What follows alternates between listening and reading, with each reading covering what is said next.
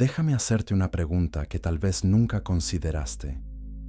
¿Qué tendría que pasar para que Dios dejara de hablar durante 400 años completos? La Escritura nos muestra que después de Malaquías, el cielo guardó silencio por 4 siglos enteros. Malaquías 1:1 introduce este mensaje final como la palabra del Señor a Israel. La mayoría de las personas asumen que Dios siempre está hablando y que el problema es que no escuchamos. Pero la historia bíblica revela algo más perturbador. Hubo un momento en que Dios deliberadamente dejó de enviar profetas, de dar visiones, de entregar palabras frescas. En este relato descubriremos 3 verdades cruciales. Primero veremos qué mensaje final dejó Dios antes de ese silencio. Luego exploraremos por qué ese silencio fue necesario y qué preparó. Y finalmente, examinaremos qué cambia cuando entendemos que el silencio de Dios no significa su ausencia. Y una vez que comprendemos esta primera capa, la verdadera historia comienza. El libro de Malaquías cierra el Antiguo Testamento con un tono que muchos prefieren ignorar. No termina con victoria triunfal ni con promesas inmediatas de gloria. Termina con una advertencia severa y con la amenaza de una maldición. Esto desafía nuestra expectativa cultural de finales felices y mensajes reconfortantes. Los textos antiguos confirman que Malaquías vivió aproximadamente en el año 450 a.C. Esto sitúa su ministerio profético casi un siglo después del retorno del exilio babilónico. El pueblo judío había regresado a su tierra. Habían reconstruido el templo bajo el liderazgo de Zorobabel. Habían restaurado los muros de Jerusalén bajo Nehemías. Todo parecía estar en orden externamente, pero algo crítico faltaba en el corazón del pueblo. Las promesas gloriosas de los profetas anteriores no se habían materializado. Isaías había profetizado que las naciones fluirían hacia Jerusalén. Ageo había declarado que la gloria del segundo templo superaría la del primero. Zacarías había anunciado que el Mesías vendría y establecería su reino. Nada de esto había sucedido todavía. En lugar de gloria y restauración completa, enfrentaban sequías. Las cosechas fallaban repetidamente. Los vecinos hostiles los rodeaban.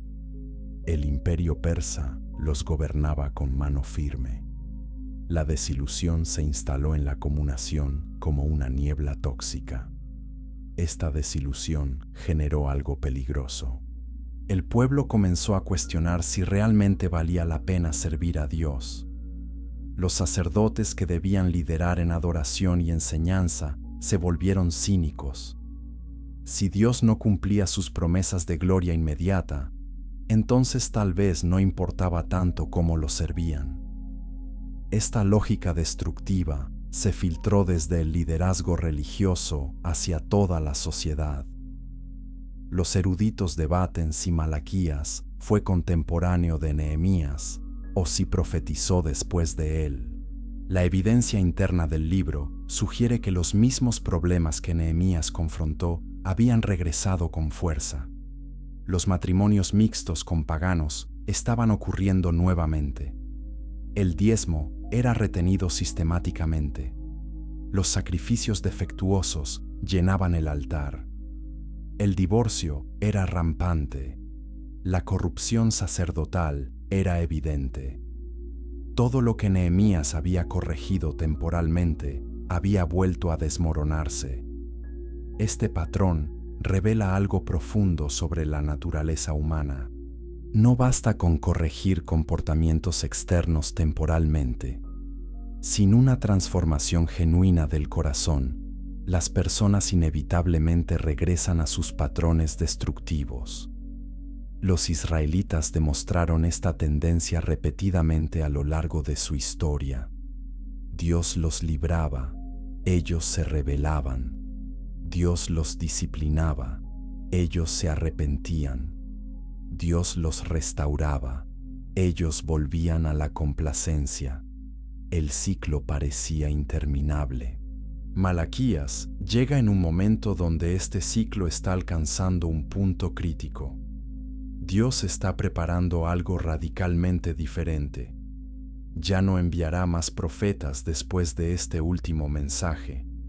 Ya no habrá más advertencias graduales. El silencio que viene será parte de su plan para preparar algo completamente nuevo. Pero antes de ese silencio, Dios tiene cosas específicas que decir. Tiene acusaciones precisas que hacer.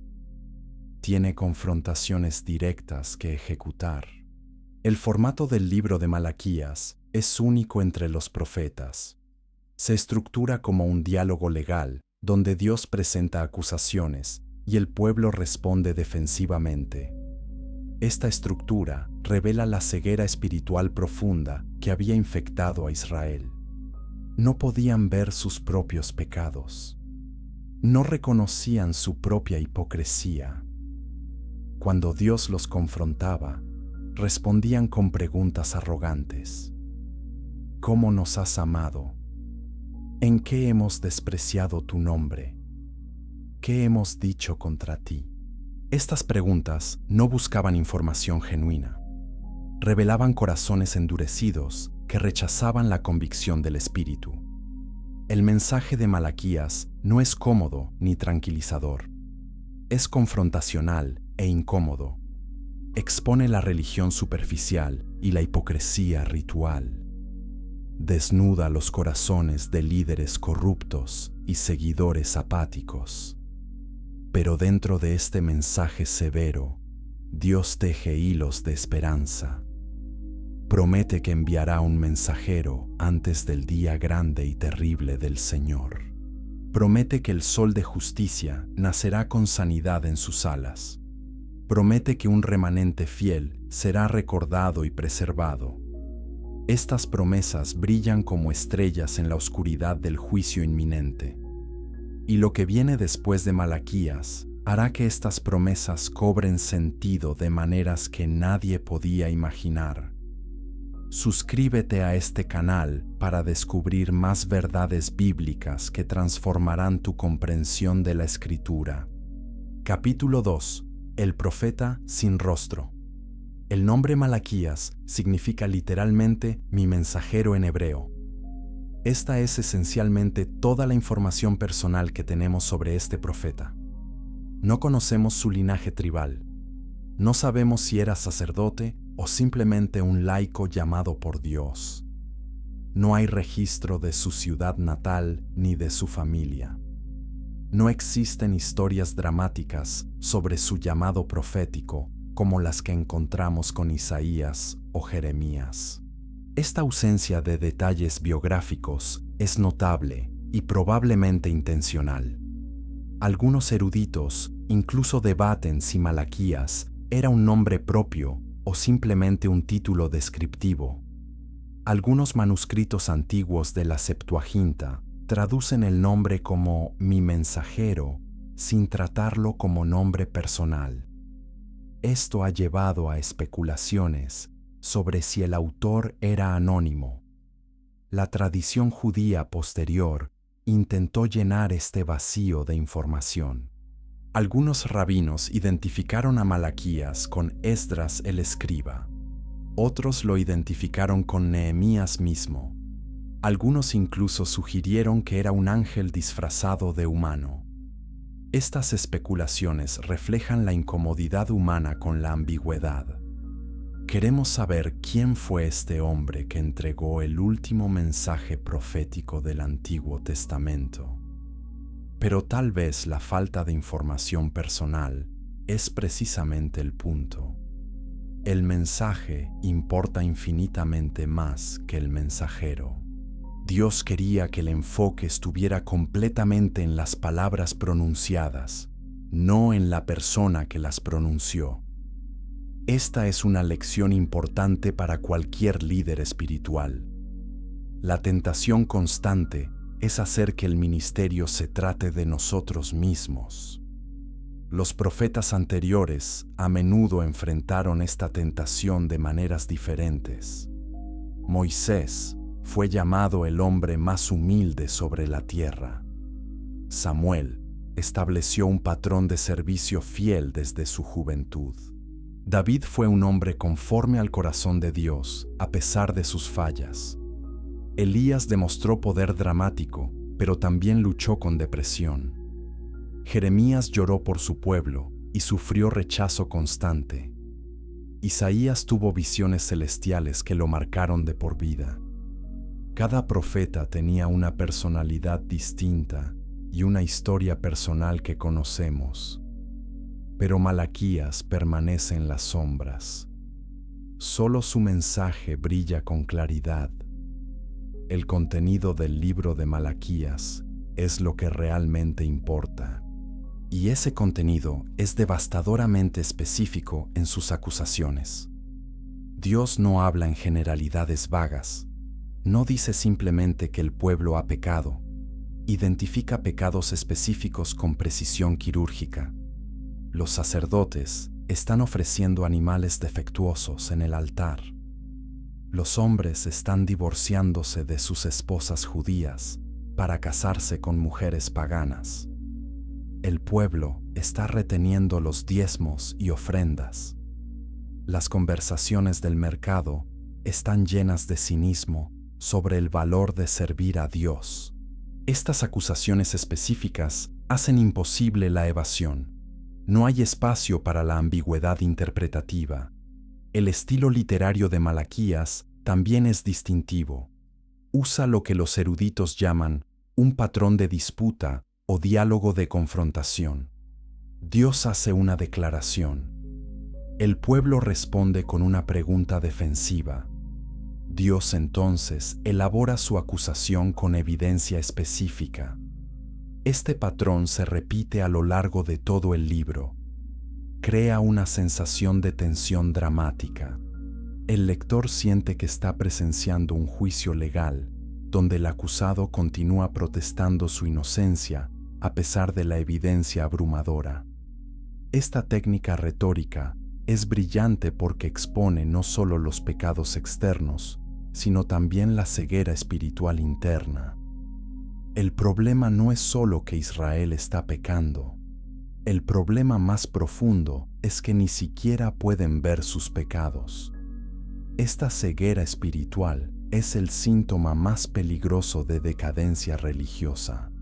Cuando una persona o comunidad llega al punto donde ya no puede reconocer su propia condición espiritual, la crisis es crítica. Los fariseos del tiempo de Jesús sufrían este mismo problema. Se consideraban justos mientras oprimían a las viudas y convertían el templo en cueva de ladrones. Jesús los llamó guías ciegos y sepulcros blanqueados. Malaquías está confrontando la misma hipocresía religiosa siglos antes. Las formas externas de religión estaban intactas. El templo funcionaba. Los sacrificios continuaban. Los festivales se celebraban. Pero todo era mecánico, vacío, corrupto desde adentro. Piensa en lo que esto significa para aplicación contemporánea. Es posible asistir a la iglesia regularmente, participar en rituales religiosos, usar el lenguaje espiritual correcto y estar completamente muerto espiritualmente. Es posible ser líder religioso y estar más lejos de Dios que los paganos que nunca escucharon su nombre. La religión sin relación genuina con Dios es peor que ninguna religión. Crea una ilusión de rectitud que impide el arrepentimiento verdadero. Los israelitas en tiempo de Malaquías estaban atrapados en esta ilusión. Dios va a destrozar esa ilusión con palabras que cortan como espada de doble filo. El profeta sin rostro entrega un mensaje que trasciende su propia identidad. No sabemos quién era Malaquías el hombre. pero conocemos perfectamente qué dijo Malaquías el mensajero. Y lo que dijo sigue siendo relevante hoy. Cada acusación que Dios hizo contra Israel antiguo encuentra paralelos en la iglesia moderna. Cada pregunta defensiva que Israel hizo es una pregunta que todavía hacemos. Cada evasión que intentaron es una evasión que todavía intentamos. El mensaje permanece fresco porque la naturaleza humana permanece constante. Y lo que Dios demandaba entonces es exactamente lo que demanda ahora. No quiere nuestras obras. No acepta nuestro servicio a medias. No se impresiona con nuestra actividad religiosa vacía. Quiere nuestros corazones completamente rendidos a Él. Comenta abajo qué te impacta más sobre un profeta cuya identidad permanece misteriosa, pero cuyo mensaje brilla con claridad absoluta. Capítulo 3. Cuando el templo se convirtió en negocio. El templo en Jerusalén debía ser el lugar más sagrado sobre la tierra. Era el punto donde el cielo tocaba la tierra. Era donde la presencia de Dios moraba entre su pueblo. Los sacrificios ofrecidos allí representaban la expiación de pecados y la reconciliación entre Dios y la humanidad. El sistema sacrificial completo dependía de la integridad de los sacerdotes que lo administraban. Pero en los días de Malaquías, algo había salido terriblemente mal.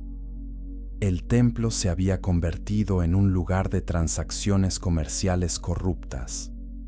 Los sacerdotes que debían ser modelos de santidad se habían convertido en empresarios deshonestos. La adoración genuina había sido reemplazada por ritual vacío y búsqueda de ganancia personal. La ley de Moisés especificaba claramente qué animales eran aceptables para sacrificio. Tenían que ser sin defecto. Un cordero con una pata rota no calificaba. Una oveja enferma no era aceptable. Un buey ciego no podía ser ofrecido. Estas regulaciones no eran arbitrarias. Reflejaban el carácter de Dios mismo. Dios es perfecto, santo, sin mancha. Los sacrificios que representaban el pago por el pecado debían reflejar esa perfección. Ofrecer un animal defectuoso era decir que Dios merecía menos que lo mejor. Era tratarlo con desprecio.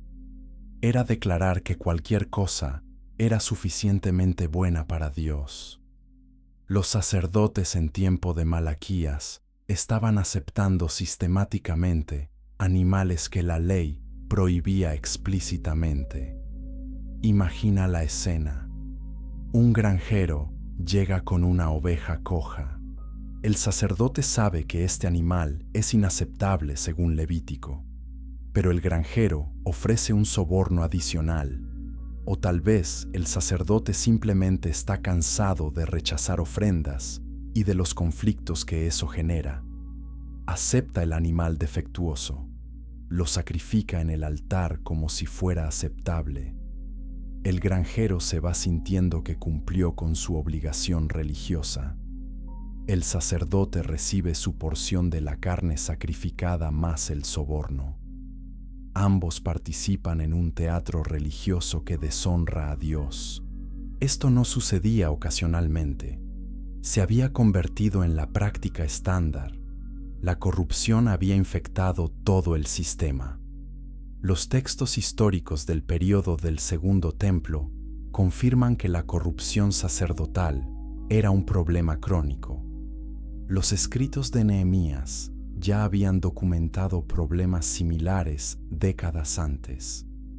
Nehemías capítulo 13 registra que los levitas no recibían sus porciones apropiadas. Los diezmos no llegaban al templo. Las habitaciones del templo se alquilaban a extranjeros para almacenamiento. El día de reposo era violado con comercio regular. Nehemías confrontó estos problemas con reformas agresivas. Echó físicamente a los comerciantes del templo. Reinstauró el sistema de diezmos.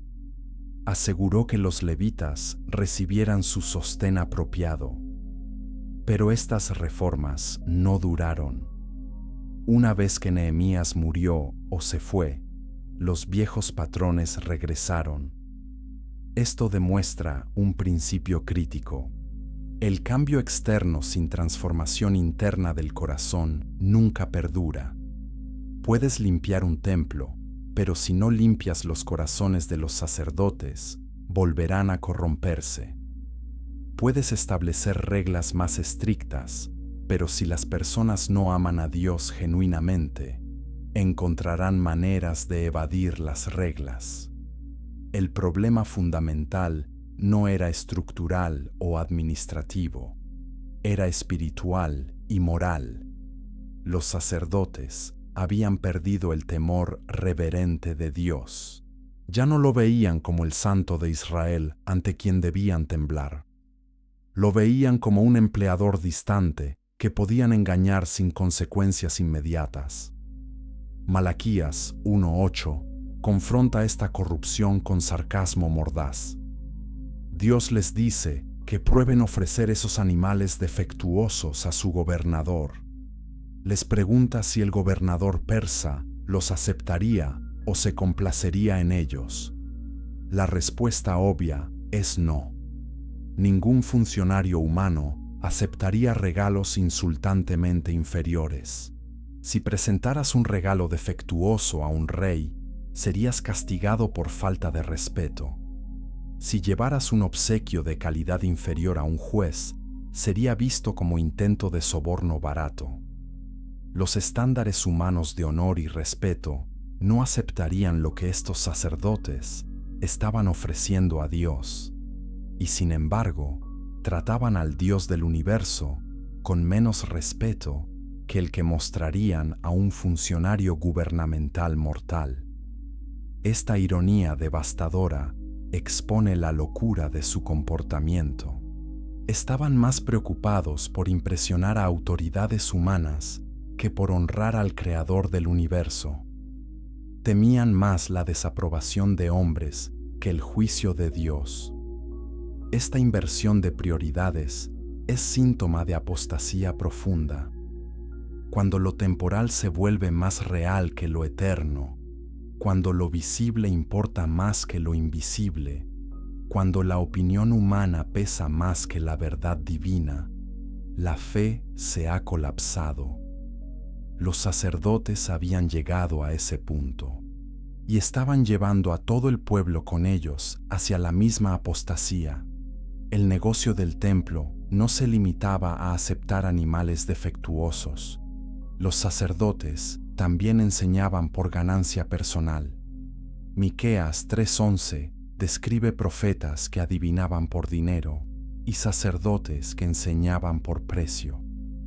Esta mercantilización de la palabra de Dios era abominación. La verdad divina no debe venderse al mejor postor. El conocimiento espiritual no debe retenerse hasta que se pague una tarifa.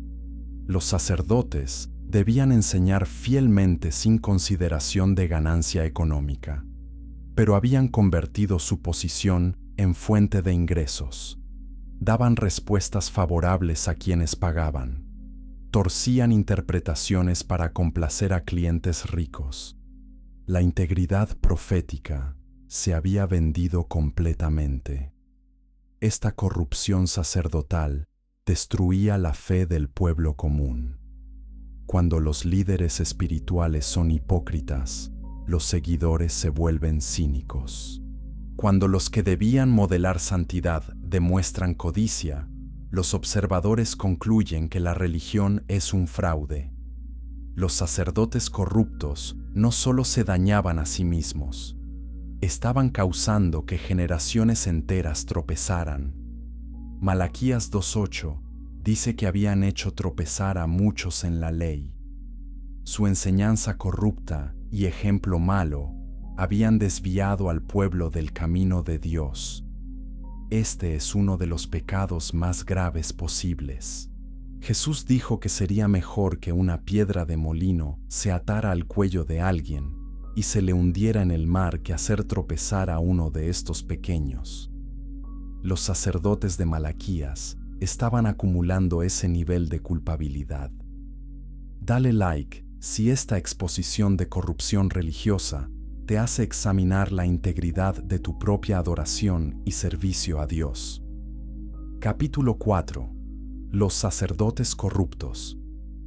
Los sacerdotes en Israel no eran simplemente líderes religiosos, eran mediadores entre Dios y el pueblo. Descendían de la tribu de Leví, específicamente de la línea de Aarón. Dios los había apartado para servicio sagrado. Su responsabilidad primaria era mantener la santidad del templo y enseñar la ley de Dios al pueblo. Levítico y Números detallan sus deberes con especificidad meticulosa. Debían ofrecer sacrificios correctamente. Debían distinguir entre lo limpio y lo inmundo. Debían pronunciar bendiciones sobre el pueblo. Debían preservar y enseñar la Torá. Su papel era absolutamente crítico para la salud espiritual de la nación. Cuando los sacerdotes funcionaban fielmente, todo Israel se beneficiaba. Cuando los sacerdotes se corrompían, todo Israel sufría. Malaquías 2:7 describe cómo debía ser un sacerdote ideal. Los labios del sacerdote deben guardar conocimiento. La gente debe buscar instrucción de su boca, porque Él es mensajero del Señor de los ejércitos. Esta descripción pinta un retrato hermoso de liderazgo espiritual fiel.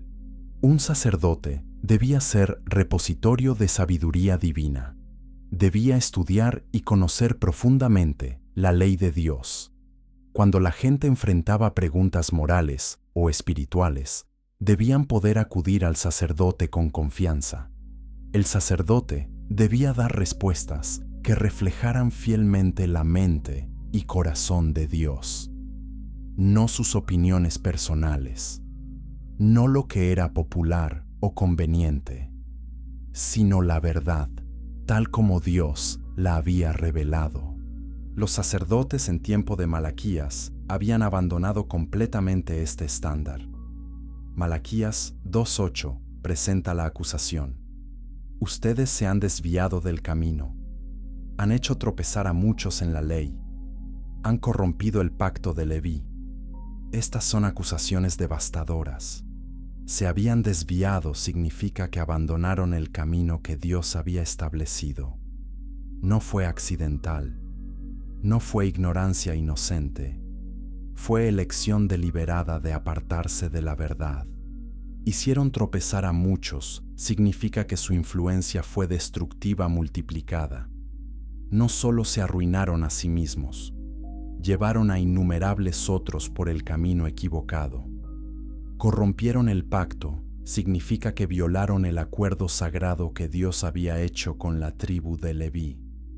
El pacto levítico se describe en Números 25 y Deuteronomio 33. Dios prometió a Leví autoridad espiritual, provisión a través de diezmos y el privilegio de servir en su presencia. A cambio, los levitas debían ser celosos por la santidad de Dios, enseñar fielmente su ley y vivir vidas de integridad ejemplar. Finés demostró este celo cuando ejecutó juicio contra la inmoralidad sexual que estaba contaminando el campamento. Su acción violenta pero justa detuvo una plaga que estaba matando a miles.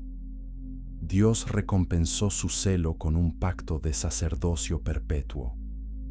Los sacerdotes de Malaquías eran descendientes de esa línea, pero habían traicionado completamente el legado de Finés.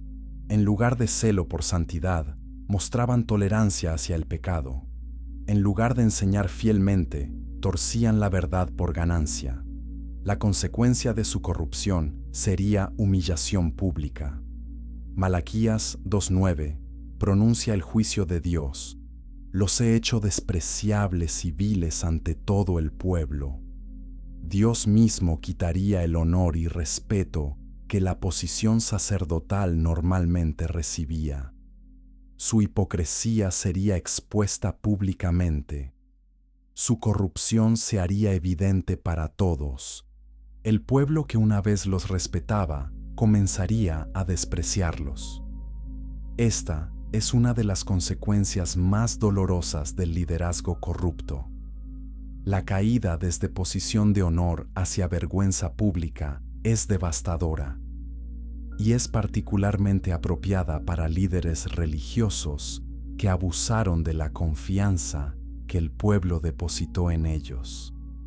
Los escritos históricos posteriores confirman que los sacerdotes judíos efectivamente perdieron el respeto del pueblo.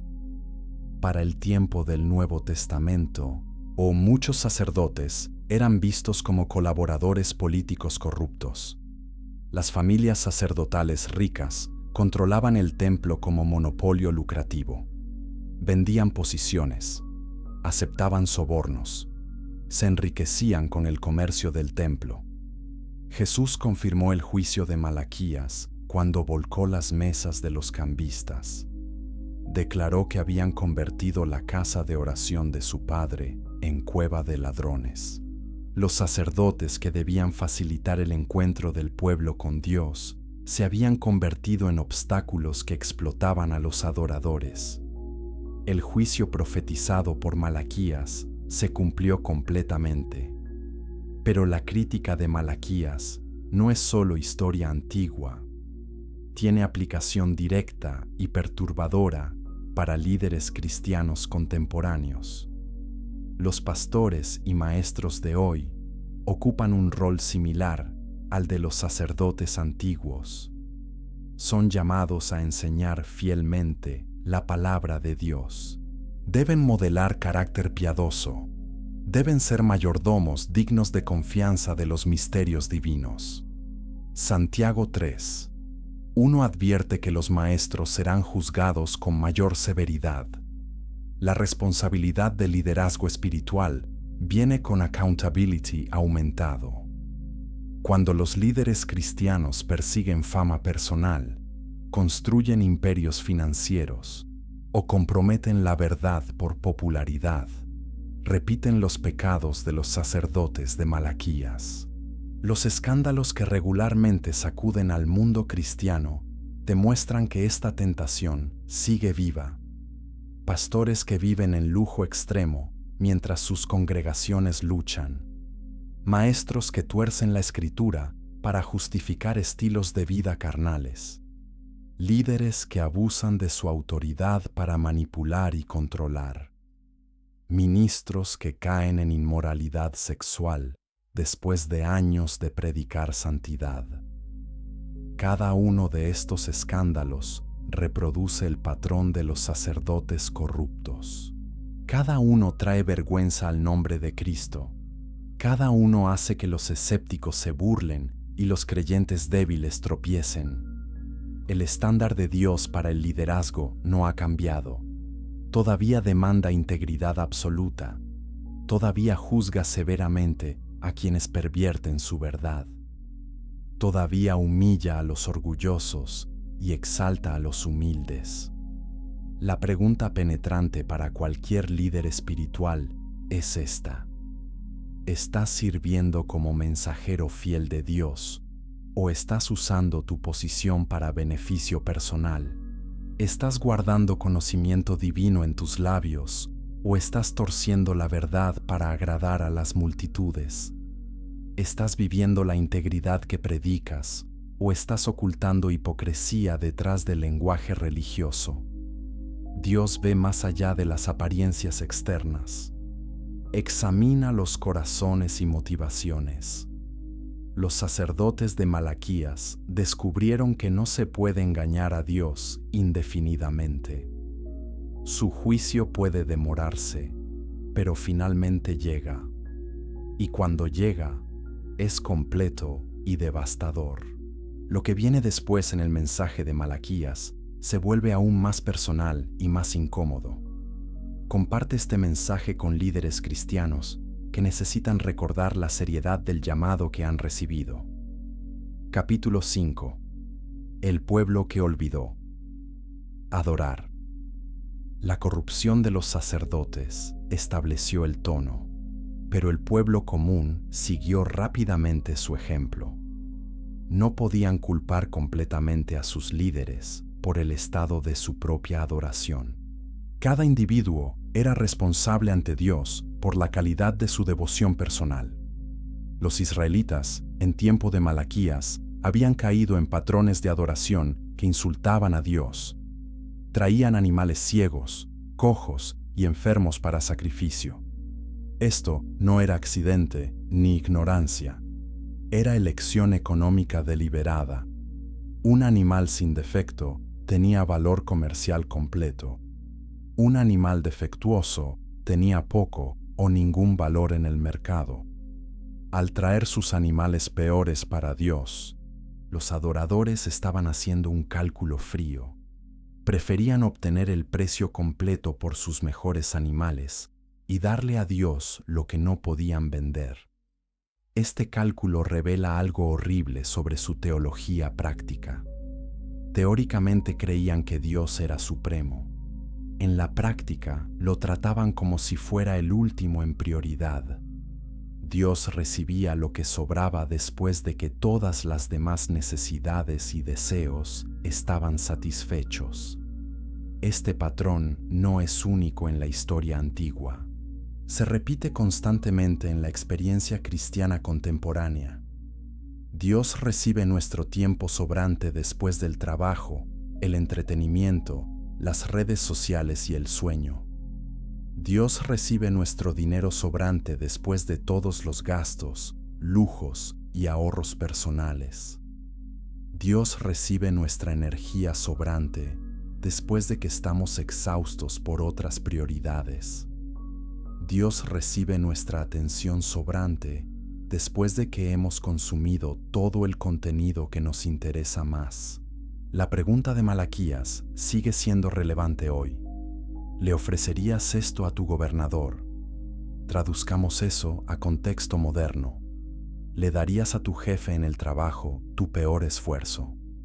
¿Enviarías a un cliente importante un producto defectuoso? ¿Llevarías a una cita romántica tu peor apariencia y actitud?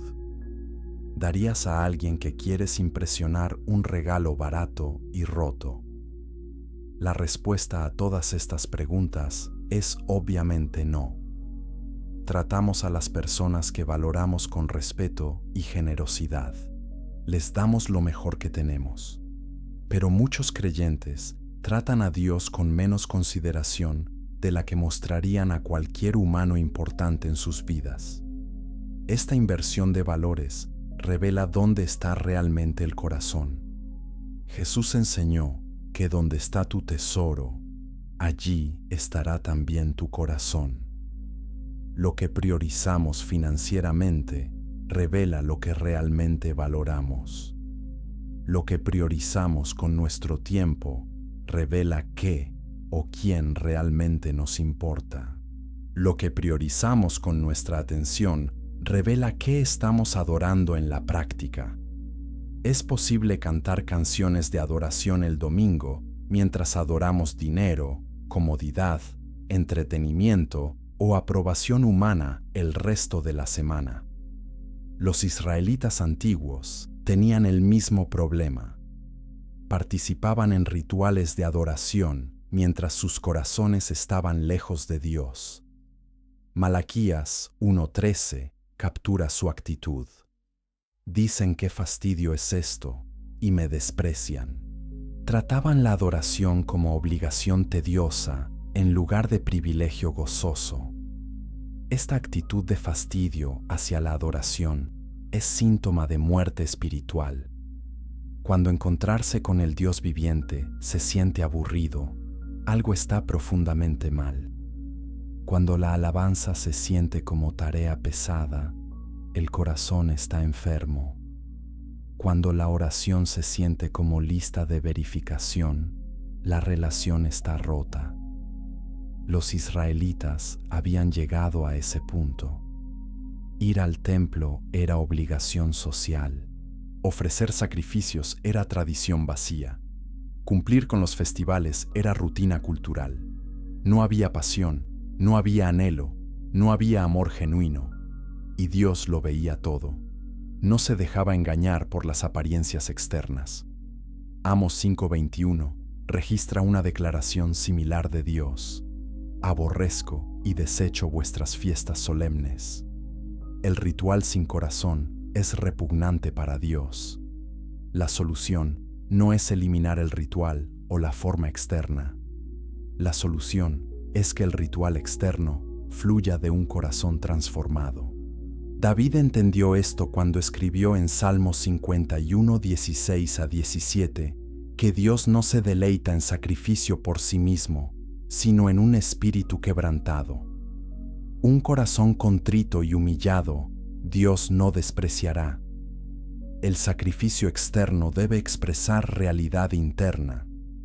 Cuando la realidad interna no existe, el sacrificio externo se vuelve hipocresía. Los israelitas estaban atrapados en esa hipocresía. Mantenían las formas de religión mientras negaban su poder. Segunda de Timoteo 3:5 advierte contra personas que tienen apariencia de piedad, pero niegan su eficacia. Malaquías estaba confrontando exactamente ese problema siglos antes. El pueblo también estaba reteniendo sus diezmos y ofrendas. Malaquías 3:8 hace la acusación directa. ¿Robará el hombre a Dios? Pues vosotros me habéis robado. Esta es una de las declaraciones más fuertes en toda la Escritura. Dios acusa directamente a su pueblo de robo. Ellos responden con su pregunta defensiva habitual: ¿en qué te hemos robado? Dios responde: en vuestros diezmos y ofrendas. El sistema de diezmos era fundamental para sostener el templo y los levitas que servían allí. Los levitas no recibían herencia de tierra como las otras tribus. Su herencia era el Señor mismo y las porciones que venían de los sacrificios y diezmos. Cuando el pueblo retenía los diezmos, los levitas no podían sostenerse. Tenían que abandonar su servicio en el templo para buscar otras formas de ingreso. Esta retención de diezmos creaba un ciclo destructivo. Sin sostén apropiado, los levitas no podían dedicarse completamente al servicio del templo. El templo comenzaba a deteriorarse. La enseñanza de la ley disminuía. El pueblo se volvía más ignorante espiritualmente. Esta ignorancia llevaba a más pecado. Más pecado llevaba a más problemas. Más problemas llevaban a más cinismo sobre Dios. Más cinismo llevaba a retener aún más los diezmos. El ciclo se alimentaba a sí mismo hacia abajo. Dios llama a esto robo porque estaban tomando lo que le pertenecía a Él. El diezmo no era sugerencia opcional. Era mandamiento con expectativa clara. El primer 10% de todo ingreso pertenecía al Señor. El debate moderno sobre diezmo a menudo pierde el punto central. La pregunta no es si el mandamiento específico del Antiguo Testamento se aplica técnicamente bajo el Nuevo Pacto. La pregunta es: ¿qué revela nuestra dádiva sobre nuestro corazón? Si alguien gana $1000 y se resiste a dar 100 a la obra de Dios, eso revela prioridades desordenadas. Si alguien gasta libremente en entretenimiento personal, pero considera el diezmo como carga imposible, eso expone idolatría. El nuevo pacto no reduce los estándares de generosidad, los aumenta. Segunda de Corintios 9:7 enseña que Dios ama al dador alegre, no por obligación ni con tristeza, sino con gozo desbordante. Los israelitas de Malaquías habían perdido completamente ese gozo en dar. Y lo que viene después en el mensaje de Malaquías expone las conversaciones privadas que el pueblo tenía sobre Dios cuando pensaban que nadie escuchaba. Capítulo 6. Las 5 confrontaciones de Dios. El libro de Malaquías se estructura alrededor de 5 confrontaciones mayores, donde Dios presenta una acusación y el pueblo responde defensivamente. Este formato de diálogo crea tensión dramática mientras expone capa tras capa de ceguera espiritual. Cada confrontación revela no solo pecado externo, sino también actitudes internas de corazón. Las preguntas defensivas del pueblo no buscan información genuina. Son rechazos arrogantes de la convicción divina. Examinar estas 5 confrontaciones una por una revela un retrato completo de una comunidad religiosa en colapso espiritual. También proporciona un espejo incómodo para examinar nuestra propia condición ante Dios. Cada acusación que Dios hizo encuentra eco en la experiencia cristiana contemporánea. La primera confrontación trata sobre el amor de Dios. Malaquías 1:2 registra que Dios declara: «Yo os he amado». La respuesta del pueblo es sorprendentemente cínica. ¿En qué nos amaste? Esta pregunta revela una profunda ingratitud y amnesia espiritual. Habían olvidado completamente la historia de liberación y provisión de Dios.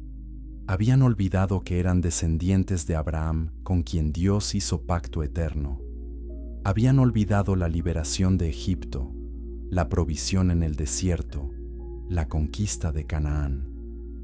Habían olvidado que Dios preservó un remanente durante el exilio babilónico y los trajo de regreso a su tierra. Habían olvidado que el templo donde adoraban existía porque Dios movió el corazón de reyes paganos para financiar su reconstrucción. Dios responde a su pregunta recordándoles la elección soberana entre Jacob y Esaú. Ambos eran hijos de Isaac. Ambos eran nietos de Abraham. Pero Dios escogió a Jacob y rechazó a Esaú. Esta elección no se basó en mérito de Jacob. De hecho, Jacob era engañador y manipulador. La elección fue acto soberano de gracia divina. Romanos 9 explica que antes de que los gemelos nacieran o hicieran algo bueno o malo, Dios ya había determinado que el mayor serviría al menor. Esto demuestra que la elección de Dios se basa en su propósito soberano, no en obras humanas. Los israelitas eran descendientes de Jacob. Su existencia misma como nación era resultado del amor electivo de Dios. Cuestionar ese amor era negar su propia historia. La segunda confrontación trata sobre despreciar el nombre de Dios. Malaquías 1:6 presenta la acusación: «El hijo honra a su padre y el siervo a su señor. Si yo soy padre, ¿dónde está mi honra? Si soy señor, ¿dónde está mi temor? Oh sacerdotes que menospreciáis mi nombre». Los sacerdotes responden: «¿En qué hemos menospreciado tu nombre?». Esta pregunta revela ceguera moral absoluta.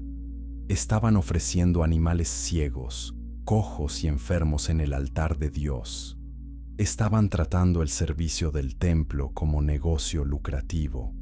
Estaban enseñando por dinero y aceptando sobornos. Y sin embargo preguntaban cómo habían despreciado el nombre de Dios. Su incapacidad para ver su propio pecado era síntoma de dureza de corazón terminal. La tercera confrontación trata sobre profanar el pacto. Malaquías 2:10. Pregunta: ¿no tenemos todos un mismo Padre? ¿No nos ha creado un mismo Dios? ¿Por qué, pues, nos portamos deslealmente el uno contra el otro, profanando el pacto de nuestros padres? Esta acusación se enfoca específicamente en los matrimonios mixtos con mujeres paganas y el divorcio de esposas judías. Los hombres de Judá estaban casándose con mujeres que adoraban ídolos. Esto violaba el mandamiento explícito de Deuteronomio 7:3, que prohibía matrimonios con las naciones cananeas. La razón era protección espiritual. Las esposas paganas inevitablemente arrastraban a sus esposos hacia la idolatría. Salomón mismo cayó en este pecado en su vejez, cuando sus muchas esposas extranjeras desviaron su corazón hacia otros dioses. Pero el pecado era doble. No solo se estaban casando con paganas, estaban divorciando a sus esposas judías para hacerlo. Malaquías 2:14 dice que Jehová ha atestiguado entre ti y la mujer de tu juventud, contra la cual has sido desleal, siendo ella tu compañera y la mujer de tu pacto. El matrimonio no es simplemente contrato social, es pacto sagrado presenciado por Dios. El divorcio rompe ese pacto. Malaquías 2:16 registra una de las declaraciones más fuertes de la Escritura. Porque Jehová Dios de Israel ha dicho que Él aborrece el repudio. Dios odia el divorcio porque representa traición de pacto, una violencia contra el cónyuge y daño a los hijos. Los hombres de Judá estaban casualmente destruyendo familias para perseguir deseo sexual con mujeres paganas. La cuarta confrontación trata sobre robar a Dios. Ya examinamos esto en el capítulo anterior. Malaquías 3:8 hace la acusación directa de robo a través de retener diezmos y ofrendas. El pueblo pregunta ¿en qué te hemos robado?, demostrando otra vez su ceguera. Dios responde con desafío dramático en Malaquías 3:10. Traed todos los diezmos al alfolí, y haya alimento en mi casa, y probadme ahora en esto, dice Jehová de los ejércitos. Si no, os abriré las ventanas de los cielos, y derramaré sobre vosotros bendición hasta que sobreabunde. Este es uno de los pocos lugares en la Escritura donde Dios invita a su pueblo a probarlo.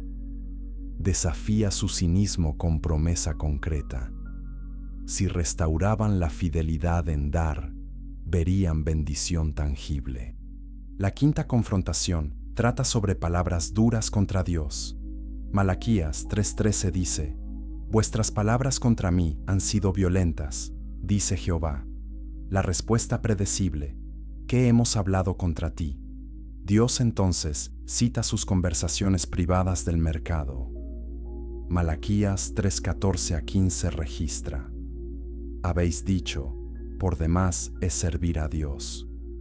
¿Qué aprovecha que guardemos su ley y que andemos afligidos en presencia de Jehová de los ejércitos? Decimos pues ahora, bienaventurados son los soberbios, y los que hacen impiedad no solo son prosperados, sino que tentaron a Dios y escaparon. Estas palabras revelan cinismo profundo. Veían que los malvados prosperaban mientras ellos luchaban. Concluyeron que servir a Dios era inútil. Este cinismo era veneno espiritual que corroía cualquier fe restante. Estas 5 confrontaciones juntas pintan un retrato de comunidad completamente alienada de Dios, mientras mantenía formas religiosas externas. Y la respuesta final de Dios será tanto juicio como promesa inesperada de esperanza. Capítulo 7. El amor que cuestionaron. Volvamos a la primera confrontación con más profundidad porque revela algo fundamental sobre la naturaleza humana. Dios declara su amor y la respuesta es escepticismo. ¿En qué nos amaste? Esta pregunta no es búsqueda filosófica de evidencia. Es acusación disfrazada de pregunta. Lo que realmente están diciendo es: no vemos evidencia de tu amor. Si nos amaras, nuestra situación sería diferente. Esta actitud refleja una teología transaccional, donde el amor de Dios se mide por circunstancias externas favorables. Si la vida es fácil, Dios me ama. Si la vida es difícil, Dios no me ama. Esta ecuación simplista ignora la complejidad de cómo Dios obra en la historia humana.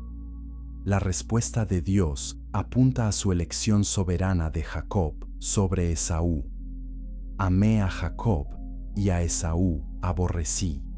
Esta declaración es citada por Pablo en Romanos 9:13 para explicar la doctrina de la elección. El lenguaje de amor y aborrecimiento no debe entenderse como emoción personal, sino como elección de propósito. Dios escogió a Jacob para ser el linaje a través del cual vendría el Mesías.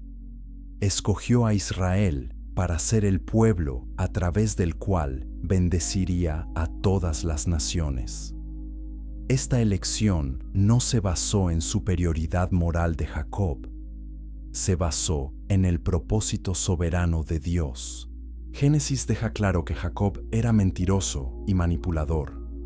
Engañó a su padre ciego, robó la bendición de su hermano, huyó por temor a ser asesinado.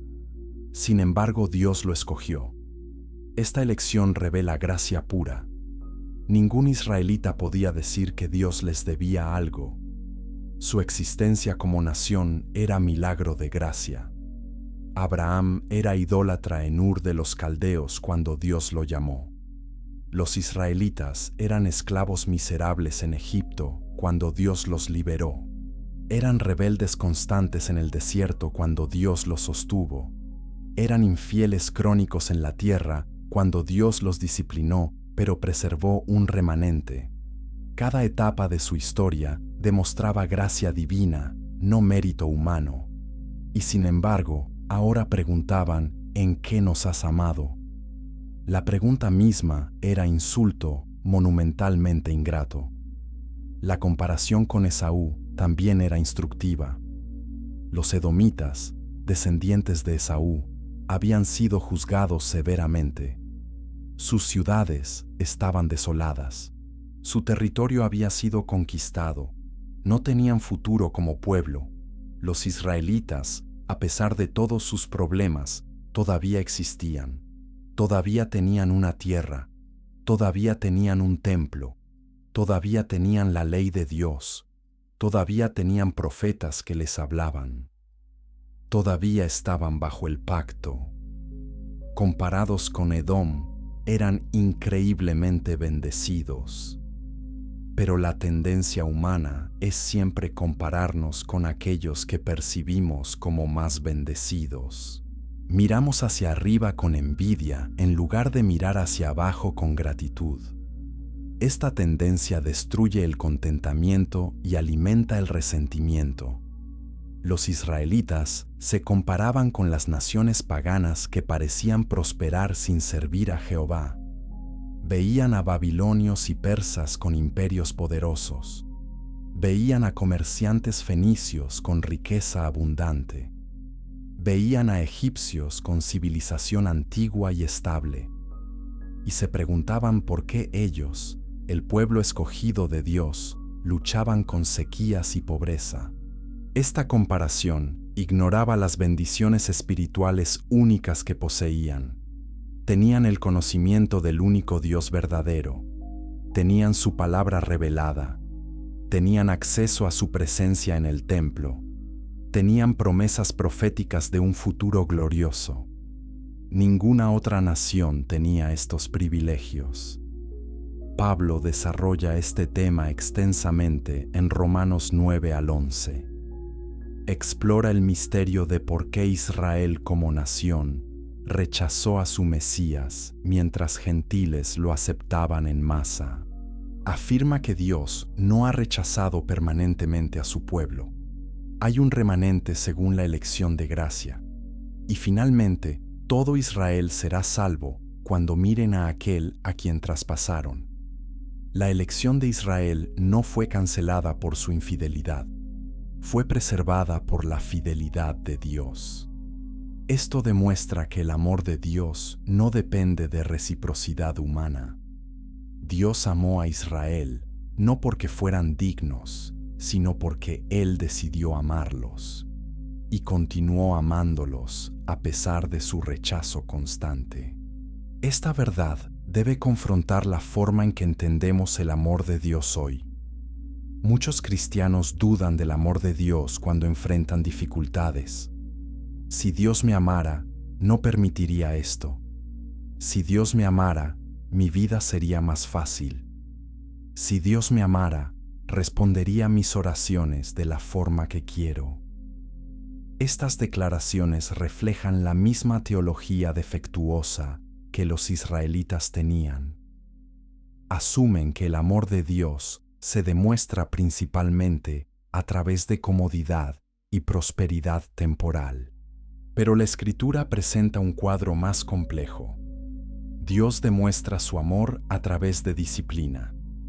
Hebreos 12:6 dice que el Señor disciplina a los que ama y azota a todo el que recibe por hijo. Dios demuestra su amor permitiendo dificultades que producen madurez espiritual. Santiago 1:2-4 enseña que las pruebas producen paciencia, y la paciencia obra completa para que seamos perfectos y cabales sin que nos falte nada. Dios demuestra su amor máximamente no en evitarnos dolor, sino en sufrir con nosotros y por nosotros. Romanos 5:8 declara que Dios demuestra su amor por nosotros, en que siendo aún pecadores, Cristo murió por nosotros. La cruz es la respuesta definitiva a la pregunta ¿en qué nos has amado? Dios amó al mundo de tal manera que dio a su Hijo unigénito. No hay mayor amor que este. Los israelitas de Malaquías no habían visto todavía la cruz. No conocían todavía a Jesús, pero deberían haber reconocido el amor de Dios en su historia pasada y su preservación presente. Su ceguera a ese amor era síntoma de corazones endurecidos que habían dejado de ser moldeables bajo la mano de Dios. Y esa dureza los estaba llevando hacia un juicio que apenas podían imaginar. Pero antes de ese juicio, vendría un silencio que prepararía el escenario para la revelación más grande del amor de Dios que el mundo jamás vería.